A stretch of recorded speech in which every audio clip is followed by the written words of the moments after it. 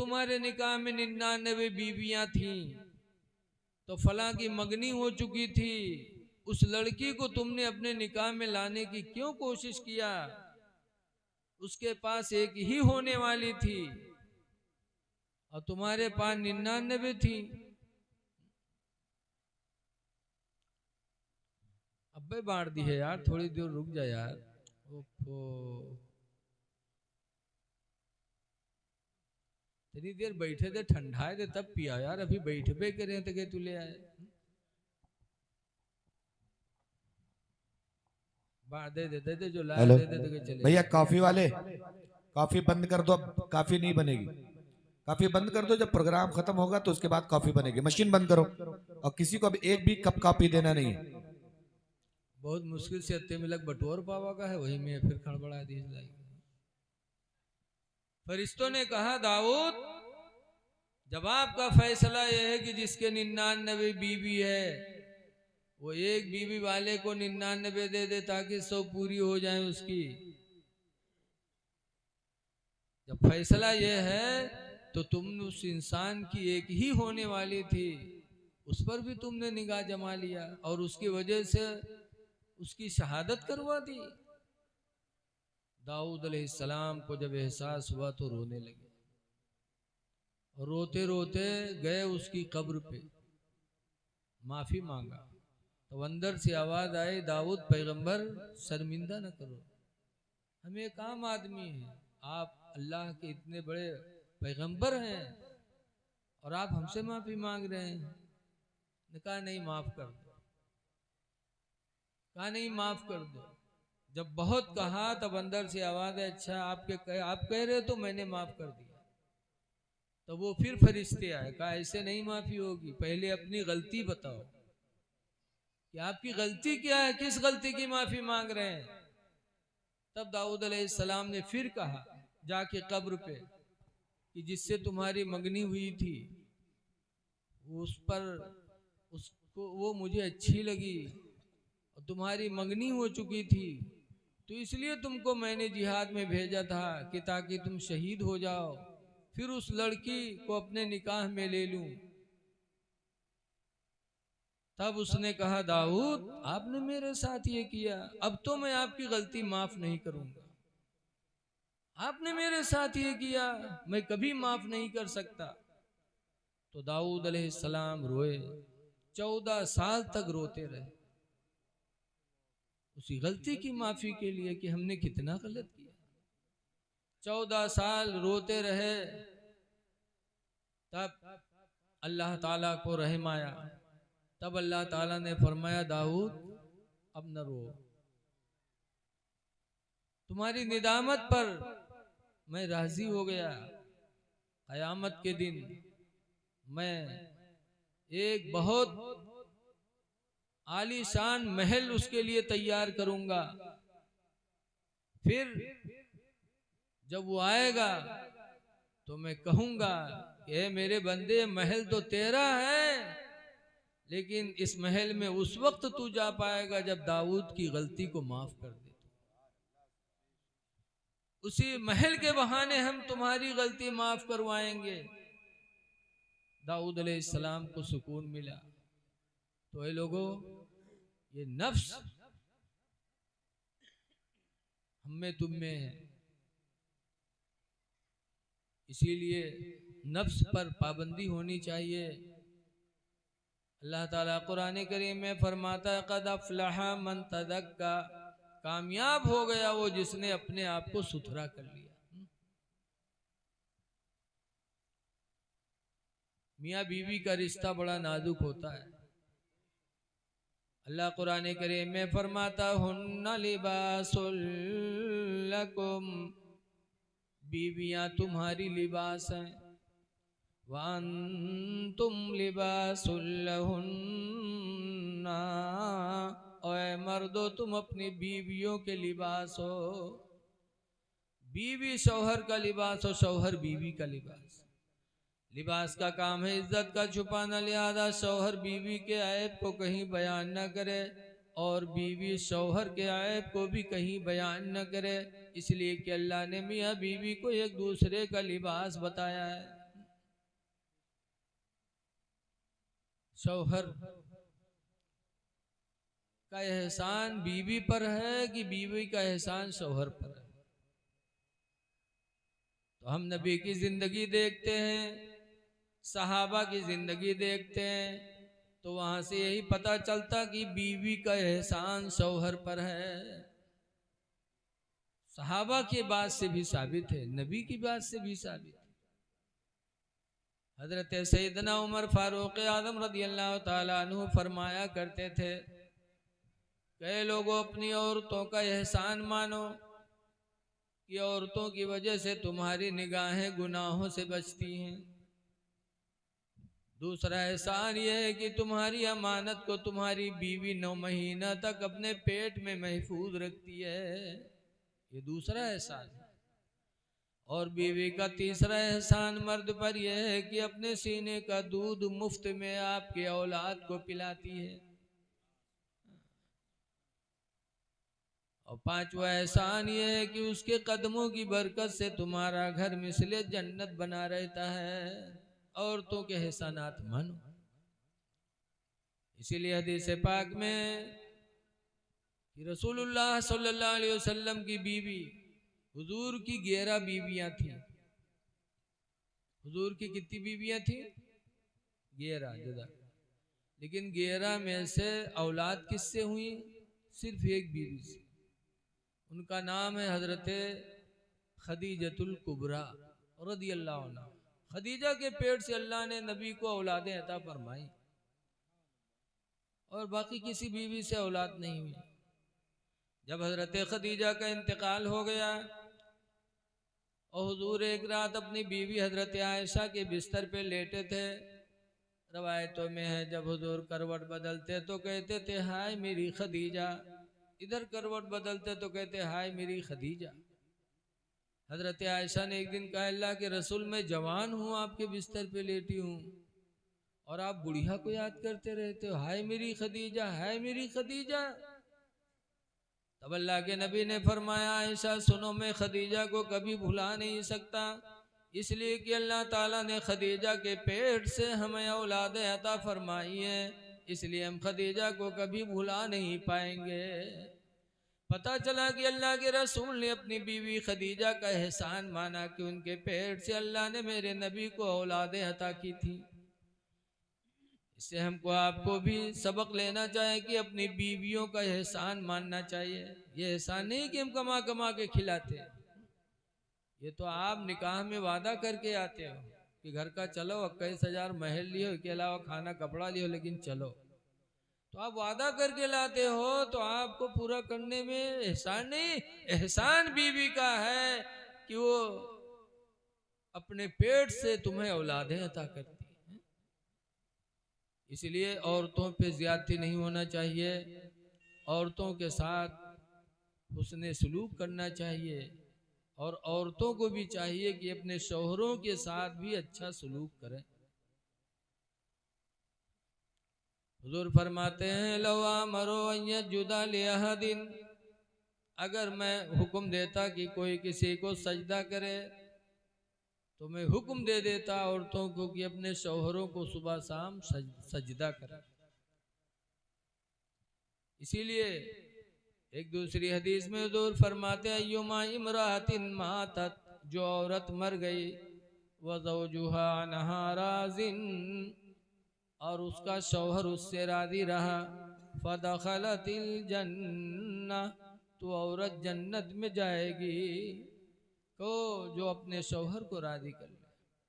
दूसरी हदीस में हुजूर फरमाते, अलमरतु इज़ा सल्लत खम्सहा, जो औरत 5 वक्त की नमाज अदा कर ले, वसाम शहरहा, और रमज़ान का रोज़ा रख ले, व अताअत बालहा, और अपने शौहर की फरमा बरदारी कर ले, व अहसनत फरजहा, और अपने शर्मगाह को ज़िना से बचा ले, फलतदखुल मिन अब्वाबिन जन्नति शात, तो औरत जन्नत में जिस दरवाज़ा से चाहेगी दाखिल हो जाएगी।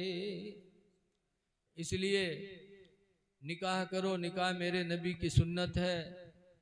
और मियाँ बीवी हमेशा एक दूसरे के ताल्लुक से अच्छा गुमान रखें ताकि जिंदगी खुशगवार गुजरे।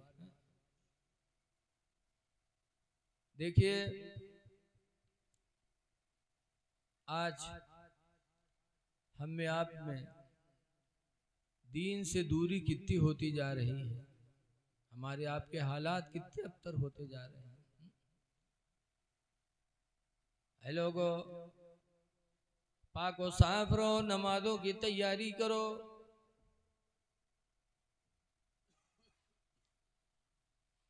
आज हमारी मस्जिदें सूनी पड़ी हुई। हदीस पाक में अल्लाह के नबी फरमाते हैं, इज़ा रअयतुमुर रजुला, जब तुम ऐसे आदमी को देखो, यतअहदुल मस्जिदा, जो मस्जिद में आना जाना रखे, फशहदू लहू बिल ईमान, तो उसके ईमान के तुम लोग गवाही हो जाओ। जो मस्जिद में आना जाना रखे, पैगंबर फरमाते जान लो कि वो ईमान वाला है, वो मोमिन है। इसलिए मस्जिदों से ताल्लुक बरकरार रखो। ये मस्जिदें इंशाअल्लाह कल क़यामत के दिन काम आएंगी। वो जहन्नम का पुल जो 50,000 बरस का रास्ता होगा, बाल से ज़्यादा बारीक, तलवार से ज़्यादा तेज, जब हुक्म होगा गुजरने का तो बेनमाजी तो डरेंगे ही, लेकिन नमाजी भी डरेंगे। तब अल्लाह ताला जिब्रील से फरमाया गया, जिब्रील, जिन मस्जिदों में मेरे बंदे सजदा किया करते थे उन मस्जिदों को लेके आओ और उन्हीं में इनको बिठा के पुलसरात के ऊपर से गुजार दो। ये मस्जिदें कल क़यामत के दिन पुलसरात के ऊपर सवारी का काम करेंगे। इसलिए अगर चाहते हो कि आखिरत हमारी आसान हो तो अपनी अपनी मस्जिदों से प्यार करो, पंजगाना नमाज बाजमात अदा करो। हदीस पाक में सलातुल फुज़्ज़ी, सलातुल जमात तफज़लो अला सलातिल फुज़्ज़ी, कि जमात वाली नमाज तन्हा वाली नमाज पर अफजल है। कितनी? बिसब्इन व इशरीन दरजा, 27 दर्जा अफजल होती है। एक जगह मेरे पैगंबर फरमाते, मन सल्ला सलातल इशा बिल जमाअते, जिसने नमाज ईशा जमात से पढ़ लिया, ईशा की नमाज जमात से पढ़ के सो गया, लेकिन मेरे नबी फरमाते फकान्नमा कामा निस्फल लैल, तो वो गोया आधी रात तक इबादत करता रहा। आधी रात तक इबादत का सवाब उसको मिलेगा जो नमाज ईशा जमात से पढ़ के सोएगा। वमन सल्ला सलातल फज्र बिल जमाआ, और जिसने सुबह उठकर फजर की नमाज जमात से पढ़ लिया, फकान्नमा कामा कुल्लल लैल, तो गोया कि वो अब पूरी पूरी रात इबादत करता रहा। अल्लाह उसको पूरी रात इबादत का सवाब अता फरमाएगा। इसलिए गुजारिश है कि 4 दिन की ज़िंदगी अल्लाह ने दिया है, इसमें नमाज़ें पढ़ लो, पाको साफ रहो और मौत की तैयारी करते रहो। मरना बरहक है।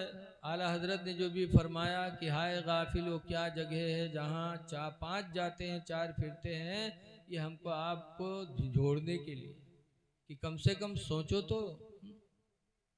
लेकिन आज हम मिट्टी देने के बाद भी मौत का एहसास नहीं करते।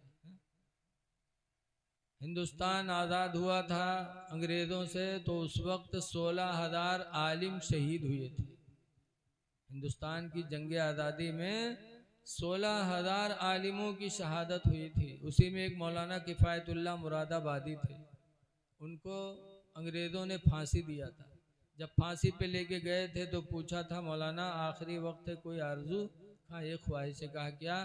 कहा कलम कागज़ दे दो। कलम कागज़ दिया था। तब मौलाना किफ़ायतुल्लाह ने चलते चलते लिखा था कि कोई गुल बाकी रहेगा ना चमन रह जाएगा, और एक रसूलुल्लाह का दीन हसन रह जाएगा। हम सफीरो बाग में है, कोई दम के चहचहे, और बुलबुलें उड़ जाएंगी, सोना चमन रह जाएगा। अल्लाह सुभान अतुल सो अल्लाह। कम ख्वाब की पोशाक पे नाज़ा न हो, अतुल सो कम ख्वाब की पोशाक पे नाज़ा न हो, और इस तने बेजान पर खाली कफन रह कफन जाएगा। रह हाँ सुभान अल्लाह सुभान जाएगा। अल्लाह। बेशक। लेकिन रसूलुल्लाह सल्लल्लाहु अलैहि वसल्लम के विसाल के बाद सबसे बड़ा फितना क्या है? हुजूर फरमाते मा तरक्तु मिन बादी फितना, कि मैंने अपने बाद कोई फितना नहीं छोड़ा। अशद्दु मिनन निसा, जो फितना औरतों से ज्यादा अहम हो। सबसे बड़ा फितना मेरे नबी फरमाते हैं औरतों का होगा। इसलिए औरतों के फितने से बचना भी जरूरी। 4-5 मुबल्लिग दीन के तबलीग करे वाले जाते रहे, तबलीग करे। रास्ते में देखा कि एक पेड़ के नीचे एक औरत बैठी रो रही है। मुबल्लिग लोग देखें तो सोचें यार ये औरत अकेले रो रही है, किस मुसीबत की मारी है, चल के हाल पूछा जाए। फिर कहीं छोड़ो हटाओ रोवे दे। लेकिन एक मुबल्लिग कहीं ना ही यार, जाना चाहिए, इंसानियत के खिलाफ है, पूछना चाहिए, उसके दुख दर्द में शरीक होना चाहिए। बेचारे नहीं माने, चले गए हुआ औरतिया से पूछें, सलाम कहें, कौन सी तकलीफ है, किस लिए रो रही हो? तब उसने कहा कि मेरा शौहर एक जमाने से गायब है, कोई रोजी कमाने वाला नहीं है, मैं दर दर्द की ठोकर खाती हूँ, फाका कभी कभी करती रहती हूँ। एक जमाना हो गया मेरा शौहर नहीं आया, मैंने शहर के काजी से कहा था कि मेरा शौहर लापता है, एक ज़माना गुजर गया, आप मुझे दूसरे नौजवान से निकाह करने की इजाज़त दे दो। तो काजी ने कहा ना, 2 सूरत हैं। पहली सूरत तो ये कि वो आकर के तुम्हें तलाक दे दे, तब तुम दूसरा निकाह कर सकती हो, या तो लोग आकर के गवाही दे दें कि उसका इंतकाल हो गया, तुम बेवा हो गई, तो तुम दूसरा निकाह कर सकती हो, इसके अलावा नहीं। तो मुबल्लिग साहब ने कहा फिर? तो औरतिया कहे मेरी एक बात मान लो। कहा बोलो। कहा मैं तुमसे पैसा नहीं मांगती, ना और कोई फरियाद करनी चाहती, एक काम है मेरा बना दो। कहा क्या? कहा तुम मेरे साथ साथ शहर के काजी के सामने चले चलो और काजी से कह दो ये मेरी बीवी है, ये नालायक है, अच्छी नहीं है, मैं इसको छोड़ना चाहता हूँ।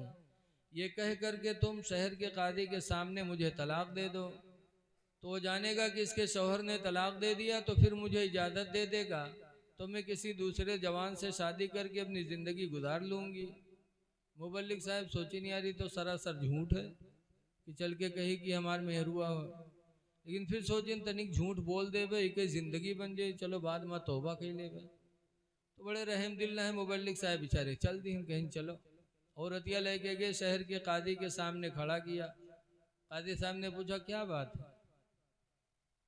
तो इन्होंने मुबल्लिग साहब ने कहा मेरी बीवी है। कहा फिर? कहा लेकिन ये बहुत नालायक है, बहुत उठाई गिरी ने, बहुत कमीनी है, मैं इसको रखना नहीं चाहता हूँ। औरतिया से पूछें तो औरतिया कहे ठीक है सर, जब नहीं रखना चाहते तो तलाक दे दें। तो काजी साहब ने कहा भाई तुम्हारी मर्जी। तो मुबल्लिग साहब ने कहा बहुत नालायक है, इसको मैं रखना नहीं चाहता हूँ। फिर उसके बाद तलाक दी, तलाक दिया, तलाक दिया, तलाक दिया, 3 ठोट तलाक दे दी। और तलाक दे के बाद वापस चले।